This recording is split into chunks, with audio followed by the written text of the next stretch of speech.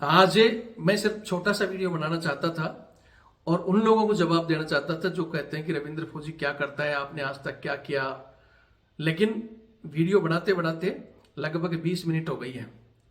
तो जो लोग चाहते हैं कि रविंद्र फौजी क्या करता है तो एक बार वीडियो को पूरा देख लें। आज इस वीडियो में मैं 3 विषय पर चर्चा करूंगा। पहली, जो कि लेफ्टिनेंट कर्नल साहब केरल में, जिनको छोटे छोटे 2 नेताओं ने पीट दिया और 7 दिन बाद में वो गिरफ्तार भी होते हैं, छूट भी जाते हैं और कर्नल साहब चिल्लाते रहते हैं कि मेरी मदद नहीं हुई, पुलिस ने ये नहीं किया। तो पुलिस क्यों करे, हमारी सेना चुप क्यों बैठी है? आज इस विषय पर चर्चा करेंगे। दूसरा, सूबेदार साहब हैं जो कि खुद रक्षा मंत्रालय में ड्यूटी करते हुए छुट्टी आए थे और उनके घर में कोई चोरी होती है और वो चोर को पकड़कर पुलिस के हवाले भी करते हैं, लेकिन पुलिस चोरों को वहां ले जाकर कुछ और ही कहानी बना देती है कि भाई इन चोरों को उसने साहब ने मारा है और साहब के ऊपर ही केस फाइल हो जाता है और साहब को उठाकर थाने में साहब के साथ मारपीट करके और उनको जेल भेज दिया जाता है। साहब 15 दिन जेल काट कर आया। किसके लिए काट कर आया? क्यों? क्योंकि साहब को लगता था मैं डिफेंस मिनिस्ट्री में बैठा हूं, मेरा कुछ बिगड़ेगा ही नहीं। इधर केरल में ये साहब लेफ्टिनेंट कर्नल साहब थे कि मेरी तो पावर ही बहुत है, मेरा बिगड़ेगा ही क्या। मुसीबत कभी भी किसी के साथ आ सकती है। आज के युग में जिसके पास पावर है, जो संगठित है, इंसाफ उसी को मिलता है। तीसरे केस में एक हमारे फौजी भाई, हालांकि उनके बच्चे तो कहीं पंजाब में हैं, भी पढ़ रहे हैं, और वो अकेला घर पर, और वहां रात को 8-10 बंदे उनके घर पर पहुंच के कोई डंडा लेकर कोई पत्थर मार रहा है, गाली गलौज कर रहा है, फौजी बाहर निकलते रहे, ऐसी तैसी कर देंगे। अब बंदा बेचारा क्या करे, अकेला घबरा गया। उसने पुलिस को कॉल किया तो पुलिस कहती है भाई सुबह आ जाएंगे, 11 बज रहे हैं, ये वो है, देखते हैं। अब बंदा परेशान होकर जब थोड़ी देर में पुलिस नहीं आई तो उसने मेरे को कॉल कर दिया कि साहब ऐसे ऐसे कहानी है। तो मैंने बोला कि भैया तू एक काम कर, मेरे को कोई वीडियो वगैरह भेज। वास्तव में तो उसने एक वीडियो भेजा, मैं आपको दिखाता हूं, जिसमें वो 8-10 बंदे कोई पत्थर मार रहा है, कोई गाली गलौज कर रहा है। मैंने तुरंत एसएचओ के नंबर लिए, एसएचओ को अच्छे से भाषा में समझाया और एसएचओ तुरंत गाड़ी लेके वहां पहुंचे और 5 बंदे रात को ही गिरफ्तार कर लिए गए और सुबह फिर 5 को किया, 10 बंदे गिरफ्तार करके उनकी ढंग से तसल्ली की। तो ये किस्सा भी मैं, क्योंकि इसमें भी लोग बोलेंगे क्या कहानी थी, तो ये 3 किस्से आज मैं पूरी डिटेल के साथ इस वीडियो में बताते बताते वीडियो लंबा हो गया। तो जो उंगली करते हैं ना कि रविंद्र फौजी क्या करता है, मेरे इसी चैनल में बहुत से एसएचओ की, एसपी की, हमारे बड़े बड़े किसी कर्नल की, ब्रिगेडियर तक की रिकॉर्डिंग इसमें पड़ी हुई है। जो मसला हल हो जाता है उसकी रिकॉर्डिंग में डालता नहीं, लेकिन जो नहीं होता है उनकी रिकॉर्डिंग भी डली हुई है। सारे मसले मैंने हल किए हुए हैं, लेकिन तुम लोग वीडियो पूरा देखते नहीं। कुछ तो हमारे ही साथी, हाँ जय हिंद सर, हम आपके साथ हैं लिखकर वो भी वीडियो पूरा नहीं देखते। कुछ नेगेटिव कमेंट्स वाले वीडियो पूरा नहीं देखेंगे, वो भी ऐसे बकवास करते हैं। तो उनको कहना चाहता हूँ वीडियो पूरा देख लें। रही एक बात और कहना चाहता हूं कि ऐसी घटनाएं या तो हमारी सेना पहले की तरह कोई ठोस कदम उठाएंगे तो रुकेगा, या फिर हम चाहते हैं कि हमारी ऐसी टीम, मैं बार बार कहता हूं कि हम मजबूत टीम बनाए, लेकिन मजबूत टीम की बात करें, यहां बात करेंगे तन मन धन की, तो वीडियो को लोग यहीं से छोड़ देते हैं। तो मैं एक चीज फिर कहना चाहता हूं कि रविंद्र फौजी क्यों बार बार कहता है कि भाई तन मन धन से मदद करो। अगर तन मन धन से हमारी मदद हो और हमारी मजबूत टीम हो ना, तो हम भी ऐसी घटनाओं पर हम भी जाकर साढ़े उसी समय 4 थप्पड़ मारेंगे, उसके बाद में हम भी कोर्ट कचहरी से लड़ते रहेंगे। लेकिन उसके लिए जरूरत है ना तन मन धन की। वो आप तन मन धन की भी जरूरत नहीं मदद कर सकते। क्यों? आपको आकर दूसरी नौकरी भी करनी है, आपके बच्चे पोतों तक का इंतजाम करना है। रविंद्र फौजी लड़े भी, रविंद्र फौजी केस भी भुगते, रविंद्र फौजी पैसे भी अपने खर्च करें। तो रविंद्र फौजी भी टाटा बिरला थोड़ी है, मैं भी तुम्हारी तरह साधारण जवान हूं ना। इसलिए बार बार कहता हूं कि भैया नंबर से जुड़कर रहो, तन मन धन से मदद करो, ताकि हम इन घटनाओं पर अच्छे से काम कर सकें। बाकी जो लोग मेरे से जुड़ना चाहते हैं, हमारी टीम का हिस्सा बनना चाहते हैं, उन लोगों को कहना चाहता हूं वो एक तो वीडियो को पूरा देखेंगे। सारी चीजें मैं वीडियो में आज खुलकर बता रहा हूं कि भाई क्यों हमें तन मन धन की जरूरत पड़ती है, क्यों आप लोगों को जुड़ने की जरूरत है। जिसे जुड़ना है, ये मेरा नंबर है 8290354513 8290354513। ये मेरा कॉलिंग और व्हाट्सएप नंबर है। अपना गांव नाम लिखकर भेज दो कि मैं यहां से हूं और आपसे जुड़ा हुआ हूं। यही नंबर मेरा फोन पे और पेटीएम से जुड़ा हुआ है और यह है मेरा बार कोड। क्योंकि किसी भी लड़ाई को लड़ने के लिए तन मन धन की आवश्यकता होती है। बगैर तन मन धन से रविंद्र फौजी भी कोई टाटा बिरला नहीं है कि लड़ ले और सब चीज भुगत ले। आप सब लोग सहयोग करोगे तो एक मजबूत टीम हो सकती है और इन घटनाओं का टिट फॉर टैट हम जवाब भी दे सकते हैं। बहुत से हमारे साथी जो कहते हैं कि सर फोन पे और पेटीएम नहीं चलाते हम तो गूगल पे मेरा बंद है। जब से मैंने अग्निपथ का आंदोलन किया था तब इसे बंद कर रखा है सरकार ने, आज तक नहीं खोला है मेरा। तो उनके लिए ये मेरा नंबर है 612 642 33 600। IFSC कोड इसमें दिया हुआ है रविंद्र सिंह के नाम से। SBI का अकाउंट है, आप इस माध्यम से भी हमारी मदद कर सकते हो। मैं फिर कहता हूँ गूगल पे मेरा बंद है। ये आप बार कोड, मैं एक बार बड़ा बार कोड दे देता हूँ, आप इसको स्कैन करके पेमेंट कर सकते हो। बाकी जिसको नहीं करना, नहीं जुड़ना, कोई दिक्कत नहीं, आप सिर्फ चैनल से जुड़कर रहो, नंबर सेव कर लो। कहीं घटना होती है तो हमारे को बता जरूर दो ताकि जितना हमारे से हो सके मदद करें। और नेगेटिव वाले वीडियो आगे पूरा देख लेना, फिर कमेंट्स करवाओ, फिर आपके हर एक सवाल का जवाब अगले वीडियो में रविंद्र फौजी जरूर देगा। जय हिंद, जय भारत, वंदे मातरम। जय हिंद, जय भारत, वंदे मातरम। मैं रविंद्र फौजी सबसे पहले आपको और आपके परिवारों को मेरी और मेरे परिवार की तरफ से नव वर्ष की हार्दिक शुभकामनाएं।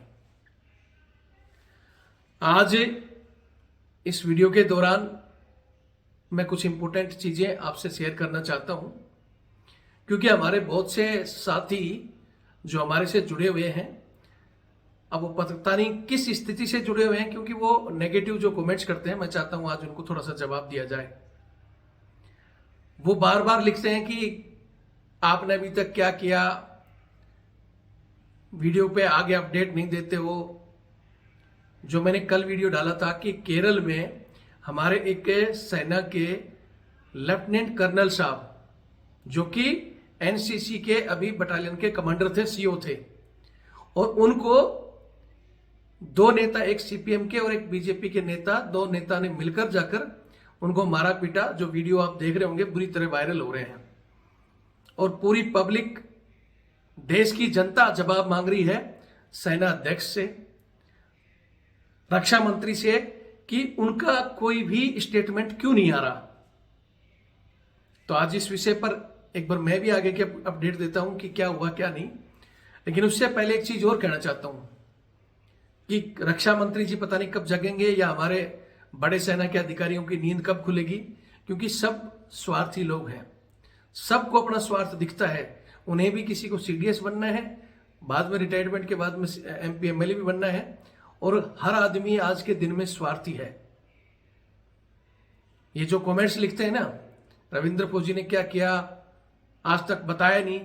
मेरे इसी चैनल में मैंने बहुत बार ऐसे वीडियो डाले हैं कि अगर इस तरह की समस्या, जैसे ये साहब वाली जो घटना 23 तारीख को घटी थी और 7 दिन के बाद इसके वीडियो वायरल हो रहे हैं, साहब के पिताजी को ट्विटर पर लिखना पड़ रहा है, साहब खुद बोल रहे हैं कि मेरे साथ इंसाफ नहीं हुआ। हालांकि आज जो बंदे गिरफ्तार हो गए, लेकिन क्या गिरफ्तारी से यह सिलसिला रुक जाएगा? क्या जरूरत नहीं है कि सेना एक्शन ले? अगर सेना एक्शन नहीं लेगी तो मैंने पहले भी कहा था कि पहले जवान पिटा था, फिर मेजर साहब पिटा था, और अब ये लेफ्टिनेंट कर्नल साहब पिट गए। अगला नंबर किसी कर्नल या ब्रिगेडियर का होगा, ये आपको लिख कर दे देता हूं। अगर इसी तरह मौन बैठे रहे, हाथों में चूड़ियां पहनकर नामर्द बनोगे तो हर आदमी मारेगा। एक चीज यहां मैं जरूर कहना चाहता हूं कि उनकी जो मजबूरियां हैं या क्या स्थिति है मुझे पता नहीं है, वो खुद अपना स्टेटमेंट दें। लेकिन जो लोग हमारे ऊपर उंगलियां उठाते हैं, मैं चाहता हूं मैं उनको स्टेटमेंट देता हूं। अभी हाल ही में यूपी में 2 या 3 दिन पहले की घटना है। एक हमारा फौजी, मेरे से जुड़ा हुआ था बंदा, और रात को 11 बजे उसके घर पर 10-12 लोगों ने मिलकर हमला कर दिया। उसके दरवाजे पे जाकर कोई लठ मार रहा है, कोई पत्थर मार रहा है कि बाहर निकल, फौजी तेरी ऐसी तैसी कर देंगे, ये कर देंगे। उसने मेरे पास वीडियो भी भेज रखा है, मैं आपको जरूरत पड़ेगी तो वीडियो भी दिखाऊंगा। अभी वो बंदा बेचारा घबराहट में पुलिस को फोन करता है, और पुलिस कहती है रात के 11 बज रहे हैं यार, आप सुबह आ जाना। अब बंदा फिर मेरे को कॉल करता है कि सर ऐसे ऐसी स्थिति है, मैं क्या करूं? फिर मैंने तुरंत वहां एसएचओ को फोन किया। रात को ही पुलिस आती है, 5 बदमाशों को पकड़ती है और 5 भाग जाते हैं। फिर सुबह उनको पुलिस को फिर फोन होता है, फिर वो आती है, फिर 5 बदमाश को, इस तरह 10 बंदों को पकड़कर उनका अच्छा से इलाज होता है। अब इसमें भी कई साथी बोलेंगे कि कहानी क्या थी, तो ये भी कहानी मैं पूरी बताऊंगा कि कहानी क्या थी। और बंदा हमारे से जुड़ा हुआ था, इसलिए रात को 11 बजे भी उसको मदद मिली। और इसीलिए मैं हर आदमी को कहता हूं कि जुड़ो, लेकिन जो उंगली करने वाले ना, उनको उंगली करने में मजा है, और जब उनके साथ बीतेगी ना या तब पता चलता है। और जो नहीं जुड़ा हुआ आता है, सेम यूपी का ही एक और मेरे पास अभी घटना, हालांकि वो सूबेदार साहब हैं जो कि खुद रक्षा मंत्रालय में ड्यूटी करते हुए छुट्टी आए थे, और उनके घर में कोई चोरी होती है और वो चोर को पकड़कर पुलिस के हवाले भी करते हैं, लेकिन पुलिस चोरों को वहां ले जाकर कुछ और ही कहानी बना देती है कि भाई इन चोरों को उसने साहब ने मारा है, और साहब के ऊपर ही केस फाइल हो जाता है, और साहब को उठाकर थाने में साहब के साथ मारपीट करके और उनको जेल भेज दिया जाता है। साहब 15 दिन जेल काट कर आया। किसके लिए काट कर आया? क्यों? क्योंकि साहब को लगता था मैं डिफेंस मिनिस्ट्री में बैठा हूं, मेरा कुछ बिगड़ेगा ही नहीं। इधर केरल में ये साहब लेफ्टिनेंट कर्नल साहब थे कि मेरी तो पावर ही बहुत है, मेरा बिगड़ेगा ही क्या। मुसीबत कभी भी किसी के साथ आ सकती है। आज के युग में जिसके पास पावर है, जो संगठित है, इंसाफ उसी को मिलता है। जैसे केरल में आज इतने बड़े अधिकारी पर हमला होने के बावजूद भी समय लगा एफआईआर होने में, समय लगा उनको गिरफ्तार होने में, और गिरफ्तार होकर क्या होगा, उनके ऊपर जो भी मारपीट की धारा लगकर वो बाहर को आ जाएंगे, घंटा भी नहीं पड़ेगा उनका। क्यों? वो पार्टियों से जुड़े हुए थे, संगठित लोग हैं, और तुम खुद बिखरे हुए हो, तुम्हें सिर्फ टांग खींचने के अलावा और कोई मकसद नहीं आता। जैसा मैं बता रहा था, ये 2 घटना, ये पावरफुल आदमी, दूसरा वो यूपी के सूबेदार साहब 15 दिन जेल काटने के बाद मेरे को बता रहे हैं कि सब ये घटना होगी और अब क्या करें। हालांकि अभी भी मामला ये नहीं कि अब जेल से वापसी तो हो नहीं सकती, जो 15 दिन जेल काट लिया वो जेल तो कट चुकी। लेकिन अगर काश साहब अगर हमें समय पर बता दिए होते तो मैं वादा करता हूं कि साहब को जेल नहीं जाना पड़ता। हमारे तक सूचना ही नहीं भेजोगे। कई बार ऐसे भी है कि हमारे फौजी आदमी छोटी सी चीज के लिए हमें झूठी सूचना भी दे देते हैं। जैसे मेरा इसी में एक वीडियो डला हुआ है, आप देख लेना, पंजाब का, जिसमें बंदे ने फोन कर दिया कि सर मेरे घर पे तो मारने के लिए बंदे आ गए और मैं पुलिस को कॉल कर रहा हूं, पुलिस आ रही नहीं। फिर मैंने उनको एसएचओ का नंबर लिया, एसएचओ से मैंने बात की और रिकॉर्डिंग इसमें डाली हुई है। इसी चैनल पर आप देखोगे बहुत से ऐसे, मतलब लोग पता नहीं कौन से, ये 8 लाख संख्या हमारी जुड़ी हुई है, लेकिन वो बोलते हैं कि इसी संख्या में ऐसे लोग हैं, हमने तो देखा ही नहीं। या तो वीडियो को पूरा देखा करो, हर चीज का बाकायदा प्रूफ भी डालता हूं, लेकिन या तो कुछ लोग तो ऐसे हैं, जय हिंद हम आपके साथ हैं, क्यों आगे का वीडियो देखते नहीं कि हुआ क्या है, या फिर टांग खींचने वाले थोड़ा सा वीडियो देखकर ही हुआ तो कुछ नहीं, बताते हुए नहीं, वीडियो लंबा हो जाता है। तो एक घटना बताने के लिए कोई मैं वो रील तो बना नहीं रहा, या कोई मैं कॉमेडी चलाकर 2 मिनट की आपको कि देखते रहो रील और करते रहो, वो तो करता नहीं हूं। सब चीज इस चैनल पर डली हुई है, एसएचओ की रिकॉर्डिंग भी है। मैंने एसएचओ को कॉल किया कि भाई फौजी बंदा है, वो छुट्टी आया हुआ है और घर में ऐसे हो रहा है, तुम गए क्यों नहीं? तो एसएचओ बोल रहा है कि साहब वो झूठ बोल रहा है आपका बंदा, मैंने पता करवाया, क्योंकि पुलिस के भी सोर्स होते हैं। बोले वहां तो झगड़ा हो ही दीदा। फिर मैंने बंदे को पूछा, भैया तो वो पुलिस का एसएचओ तो ऐसे बोल रहा है। बोले नहीं सर हो रहा है। फिर मैंने दोबारा एसएचओ को फोन किया कि मेरे को अभी अब पहुंच रहे हो, ये आपकी ये रिकॉर्डिंग और ये सारी चीजें, फिर मैं ऊपर कॉल करूं, क्योंकि हमारे पास ये नहीं कि मैं ही लास्ट अथॉरिटी हूं, ऊपर भी लोग बैठे हुए हैं। सिस्टम ये नहीं है कि रविंद्र फौजी कोई तोप है कि फोन करेगा और कोई सुन लेगा, लेकिन रविंद्र फौजी का जो सिस्टम है, यहां से दिल्ली से लगाकर उधर देहरादून, उधर उत्तराखंड से लगाकर एमपी, यूपी, बिहार, चेन्नई, केरल, हर जगह से लोग जुड़े हुए हैं इस 8 लाख संख्या में। रविंद्र फौजी की नहीं सुनेगा तो कोई धर्मेंद्र की सुनेगा, कोई जितेंद्र की सुनेगा। इस संगठन में इतने लोग हैं जिससे हर आदमी से फोन करवाते हैं। दिल्ली में बैठे हमारे जो बड़े लोग हैं, फिर उनसे फोन करवाते हैं जब जाता है ना दिल्ली के नाम से, यहाँ पे दिल्ली से बोल रहा हूं, इस संगठन से। एसएचओ अपने आप लेने में आ जाता है। और वो एसएचओ गया वहां जाकर, बाद में मेरे को वीडियो कॉल करके दिखाया, बोले सर यहाँ तो कोई नहीं है, देख लो और आपका ये फौजी। फिर मैंने उससे बात की, बोले सर वो तो भाग गए। फिर एसएचओ ने बोला सर ये झगड़ा हुआ था, 2-3 दिन पहले, और मैं निपटा गया था। और अब छोटी सी बात पर मैंने पूछ भी लिया था, और ये आपको फौजी भी झूठ बोल रहे हैं, तो इनको समझा दो, इस तरह नहीं करें। फिर मैंने पूछा, उसका एक और पड़ोसी था, उनसे बात किया तो बोले सर आज झगड़ा पहले हुआ था, आज तो निकलते हुए ऐसे ही बोल के चला गया। तो मैं यार चला गया तो ऐसे मत करो, चीजें हैं। हालांकि इसके बाद में जैसे ये रात को जो झगड़ा हुआ, इसका मैंने वीडियो मंगा लिया था यूपी वाले का, और वीडियो मंगाकर फिर मैंने तुरंत एसएचओ को किया। लेकिन वो एसएचओ भी, मैंने जैसे उनको वो वीडियो और वो चीजें बोला तो तुरंत बंदे लेकर पुलिस भी पहुंच गई थी। ऐसा नहीं कि हर जगह की पुलिस ही ऐसी है, ऐसा भी नहीं कि रविंद्र फौजी फोन करेगा सब कार्रवाई कर देंगे। चैनल सिस्टम से काम होता है, लेकिन आप जुड़े हो और हमारा तक सूचना दोगे तो हम कोशिश तो कर सकते हैं। लेकिन आप जुड़ोगे भी नहीं, और जब बम्बू आ जाता है ना, बहुत से ऐसे लोगों के मेरे पास नंबर सेव हैं जो कमेंट्स भी करते हैं, मैसेज भी लिखते हैं, कुछ करते नहीं हो, और जब फंसती है ना, रविंद्र जी आज मेरे साथ ये हुआ है, उनका नंबर मैंने अलग अलग स्टाइल से सेल किया हुआ है। मेरे को पता है कि बंदा किस कैटेगरी का है, कितना हमारे साथ देता है, लेकिन फिर भी हमारे से जितनी कोशिश होती है हम हर आदमी की मदद करते हैं। इसीलिए हम कहते हैं कि बार बार जुड़ो, ठीक है। आज इस वीडियो को पूरी आगे की जो ये घटना थी यूपी की, ये बताने से पहले एक बार मैं फिर कहूंगा कि जो भी साथी हैं ये मेरा नंबर सेव करके रखो, 8290354513 8290354513। कहीं भी आपके साथ आप चाहे जुड़ो नहीं जुड़ो, लेकिन कोई घटना होती तो हमें बता दो। फिर बाद में फौजी के नाम पर फौजी के साथ ये हो गया, ऐसे मत करो, या तो किसी को बताओ मत। जैसे बहुत से चमचे कहते हैं कि बताया मत करो घटना को, यानी मार खा के चुपचाप आ जाओ, कहानी खत्म। अगर वही काम करना है तो इस तरह रहो, नहीं तो इस नंबर पर एक बार बता दो कि सर मैं यहाँ का हूं, मेरा नंबर सेव कर लो, आप हमारा सेव कर लो, हम आपका सेव करके रखें, और सर आज मेरे साथ ये हुआ है तो हम आपकी मदद कर सकें। और चैनल से जुड़ो, बाकी साथियों को भी जोड़ो, अपने इलाके में आप अपने जो नजदीकी संगठन है उनसे भी जुड़ो। क्यों आप मतलब नहीं रखते? मैंने खुद बहुत से लोगों को कहा कि जो भी संगठन है आपके आसपास के, उनसे जुड़कर रहो। अगर उनसे तकलीफ है तो अपने जो भी सिंगल आप ऑन ड्यूटी हो तो सिंगल 2, 4, 5 लोगों के छोटे छोटे ग्रुप बनाकर रखो, क्योंकि अकेले हम लोग फोन के द्वारा या जो भी चीजें होती है वो हम कर देंगे, लेकिन जिस दिन कोई बड़ी घटना होगी, धरने देने पड़ेंगे, तो फिर आप सबको भी उसमें शामिल होना पड़ेगा। रविंद्र फौजी ये नहीं कि अकेला जाकर झंडा गाड़ देगा, वो सारी टीमें छोटी छोटी, ठीक है आप नहीं सकते तो दूसरा आएगा, दूसरा नहीं तो तीसरा आएगा, या आप अपनी तरफ से किसी को भेजोगे, तब ये चीजें काम उसमें आती धरातल पर।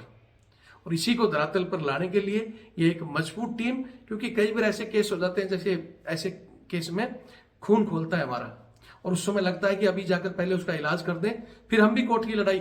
अब वो जो केरल वाले लोग हैं छूट के बाहर, अभी एफआईआर भी होगी, अंदर भी गए और बाहर भी आ गए, क्योंकि जमानत मिल जाती है। ओडिशा में क्या हुआ था, वो ब्रिगेडियर साहब की बच्ची के साथ बाद में एक दिन अंदर हुए, बाद में जमानत मिल गई। भाई कानून सबके लिए, जमानत उनको मिल जाएगी।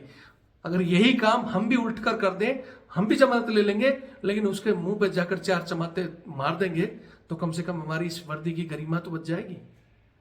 या तो हमारी सेना को ये काम करना चाहिए। पहले भी तो हमारे अधिकारी करते थे ना, रॉयल अधिकारी, सेना के नाम से लोग डरते थे। आगे गेट पे कर्नल ब्रिगेडियर लिखा देखकर किसी पुलिस वाले की हिम्मत नहीं, किसी रिटायर्ड के वहां भी घुस जाए। ऑन ड्यूटी तो बहुत बड़ी चीज होती थी, पुलिस की किसी दबंग तक की हिम्मत नहीं होती थी, बोला किसी से पंगा ले लो लेकिन सेना से मत लो। क्यों? उस समय समय समय पर सेना डोज देती थी।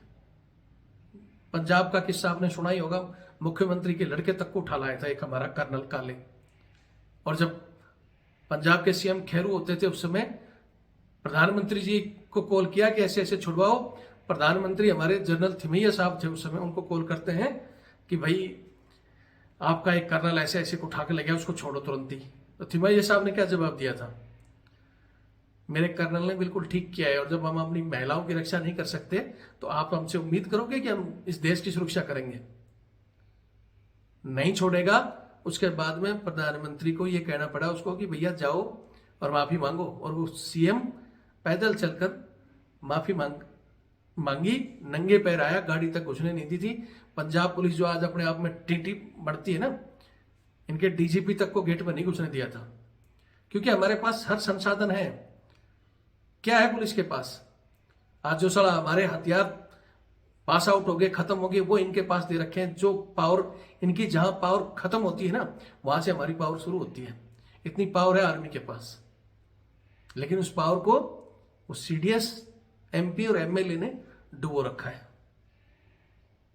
जब पर आपने देखा है तो अजमेर में एक बार एक नायक की फैमिली के साथ हुआ था। सीओ ने 3 टन भरकर पूरे कई थानों के ऐसे रेल बनाई थी कि जहां भी मिलते थे, फौजी साहब राम राम, जय हिंद, फौजी साहब जय हिंद। ग्वालियर में हुआ, बहुत जगह हुआ, क्योंकि बराबर डोज दे दोगे तो ना तो किसी पुलिस वाले की हिम्मत है ना किसी सिविलियन की कि फौजी को कोई छेड़े। लेकिन आज फौजी सबसे सॉफ्ट टारगेट हो रखा है। क्या है, फौजी है, गुंडे बदमाश भी देखते हैं इसके पास माल है, ले लो, कोई कुछ बोलने वाला नहीं है। पुलिस भी पकड़ रही है, बेल्ट मार रही है, बाप बनने की कोशिश कर रही है। जिनको पता नहीं कि असली बाप जिस दिन आ गया ना अपने वाले पे, उतार देगा सारी की सारी। तो इसको उतारने के लिए तो सेना को कड़ा रुख अपनाना पड़ेगा, या हम लोगों को कि हमारा वो संगठन हो, जैसा ही कांड हुआ हम भी वहां पहुंचे, 4 थप्पड़े मार दें, उसके बाद हमारी भी जमानत मिल जाएगी। लेकिन उसमें वो लोग हों कि भाई मेरे को तो बस जिंदगी भर मेरे बच्चों के लिए गधे की तरह दूसरी तीसरी नौकरी करनी है, मैं तो आ नहीं सकता। तो वो आदमी तो फायदा नहीं। अरे तुम आ नहीं सकते तो तुम वैसे सपोर्ट करो, जब बात करते हैं कभी तन मन धन की, तो वो भी सपोर्ट तुम्हारे से नहीं होती। बस जहां घटना घट जाएगी तब मेरे लिए आ जाओ, लेकिन मैं किसी के लिए नहीं आ सकता। क्यों? मेरे को दूसरी नौकरी करनी, फिर तीसरी करनी है, बेटों को पोतों को मेरे को करना है। लड़े कौन? रविंद्र फौजी। केस भुगते रविंद्र फौजी। रविंद्र फौजी टाटा बिरला के हर चीज कर लेगा भाई। पहले मेरे पास ठीक बजट आ जाता था, मैं साला गाड़ी लेके पहुंच जाता था, पहुंचा हूं कई जगह। अब बत्ती बंद की है पुलिस की भी, आम जहां लड़ाई हुई है वहां भी।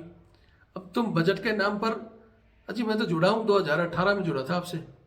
आज 4 साल बाद में जब हम उसका खंगालते हैं, हमारे पास क्या डाटा नहीं है कि आपको लगता है कि आपने कह दिया और हमने मान लिया। लेकिन फिर भी हम जुड़ा नहीं जुड़ा हर की मदद करना चाहते हैं। वो कारण ये नहीं कि तुम कोई मेरे रिश्तेदार हो या मैं तुम्हारे प्रति मतलब रह ही नहीं पा रहा हूं। इस वर्दी की सम्मान के लिए जो ये लिख रखा है ना, इंडियन आर्मी, इस आर्मी की इज्जत के लिए। बेल्ट फोर्स में चाहे वो आर्मी, सेना, चाहे हमारा पैरामिलिट्री फोर्स, जहां हम आगे लगाते हैं ना रविंद्र फौजी, उस फौजी के लिए लड़ते हैं, उस वर्दी के लिए कि हमारी फौज मजबूत हो, सेना मजबूत हो और जवान का सम्मान बरकरार मिले। लेकिन हम सम्मान की लड़ाई लड़ रहे हैं और लोग पीछे से बस पैसा बढ़ने की बात करो और उसी बात पर आकर हम खत्म हो जाते हैं।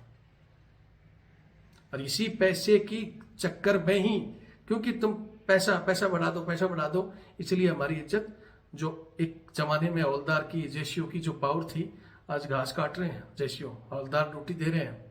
हम साला भर्ती हुए थे उस समय, अब तो ज्यादा पुराने भी नहीं है, लेकिन एक लैश नायक भी गार्ड कमांडर होता था। तो वो होता था सेंटर कमांडर के बाद सेंटर में जो लैश नायक कैसे चलते थे, बोला जानता नहीं तो कौन है सिंगल फीती वाला। और आज 3 साढ़े 3 फीती वाले भी ड्यूटियां दे रहे हैं, स्टार लगाकर जेसीओ घास काट रहे हैं। कभी किसी लेफ्टिनेंट को या कैप्टन को जो घास काटते देखा? तो हमारे ही वो 2 स्टार लगाने के बाद घास काटते हैं। क्यों? उनकी पावर नहीं क्या? जबकि सेना उनको खुद गजेटेड ऑफिसर का दे रखा है, तब का सबको दे रखा है, लेकिन फिर भी काम वही वाले करते हैं। क्यों? सिर्फ पैसा। और कैप्टन बन गया तो मेरी अच्छी पेमेंट आ जाएगी, सीएसडी में फुल फैसिलिटी मिलेगी, बाहर में जाए, रिस्पेक्ट तो 4 दिन का है, तनख्वाह लेनी है रिटायर्ड होकर पूरे। कितने दिन ले लोगे? खैर, जिसको जैसी भावना है, मेरा काम था आपको बताना। जुड़कर रहोगे, एकजुट चलोगे तो सम्मान के लिए लड़ सकते हो। नहीं तो जैसे अंग्रेज ने भारतीय जवान की और क्या बोलते हैं अपना ब्रिटिश सिपाही की तनख्वाह तय की थी ना, उस समय यही सिस्टम हुआ था, दोनों को 1-1 रुपया दिया था। तो वो अंग्रेज अफसर तो अपना 1 रुपया को दिन भर में खत्म करके आ गया, और हिंदुस्तान वाला 50 पैसे भी 25 पैसे खर्च किया, 75 को बैठा रहा लेकर कि कल काम कर लूंगा। तो अंग्रेज ने उससे उधार ले लिया, बोले यार तू 50 पैसे मेरे को दे दे, कल तेरे को डबल दूंगा। फिर उनको दूसरे दिन 2-2 रुपए मिले, तो अंग्रेज ने उसका 50 का 1 रुपये भी दे दिया, उसके पास 3 रुपये हो गए। और अंग्रेज को उस दिन 1 ही रुपया उसने वही दिन भर में खत्म कर दिया, फिर उससे 1 रुपये ले लिया। इस तरह 3 दिन जब चला ना, लास्ट में दोनों की स्थिति देखी तो बोले भैया इसको ब्रिटिश जवान को तो ज्यादा पैसे चाहिए, क्योंकि इसका खर्चा ज्यादा है, और इंडिया वाला बचत के आधार पर चलता है, इसका खर्चा कम है, तो इसकी पेमेंट कम कर रखी जाए और इंडिया वाले की, वह ब्रिटिश वाले की ज्यादा रखी जाए। और वही आज भी हो रहा है। स्टैंडर्ड आप करना नहीं चाहते, इज्जत के लिए लड़ना नहीं चाहते, सिर्फ पैसा बढ़वाना चाहते हो कि हमारे को अफसर के बराबर यह मिले, लेकिन अफसर के बराबर स्टैंडर्ड नहीं। स्टार 3 लगा दो, काटेंगे घास ही। कुछ भी कर दो, काम वही करेंगे, पैसे चाहिए हमारे को उसके बराबर, तो इस चीज से विषय पर जरूर सोचें। सब कुछ मिलेगा, फर्स्ट रिस्पेक्ट मिलेगी। तो आज वो दूध का डोलू आज तक नहीं छोड़ना चाहते, बूट पॉलिश करके ही नौकरी करना चाहते हैं, बच्चों को भी उसी राह पर कि बेटा दिल्ली में किसी फिक्स सहायक की पकड़ ले, बच्चे पढ़ाएगा, सब कुछ अलाउंस भी मिलेगा और पूरी नौकरी बढ़िया कट जाएगी और सारे रैंक लेके आएगा। रैंक तो ले लेता है वो, सम्मान नहीं ले सकता, दूसरों को कह सकता है आके कि मैंने ये किया, लेकिन समय पड़ने पर ऊपर वाला फिर उसको उसी भाषा में जवाब भी देता है। और फिर वैसे लोगों के साथ इस तरह की घटनाएं भी घटती रहती हैं, और या फिर दिल में जो योद्धा वाली वो ना, वो कभी फीलिंग नहीं आती है। बोलते हैं ना, बहादुर एक ही बार मरता है और कायर जिंदगी भर 100 बार मरते रहते हैं अपने सम्मान को मार के। बाकी वीडियो देखें और शेयर करें। जय हिंद, जय भारत, वंदे मातरम।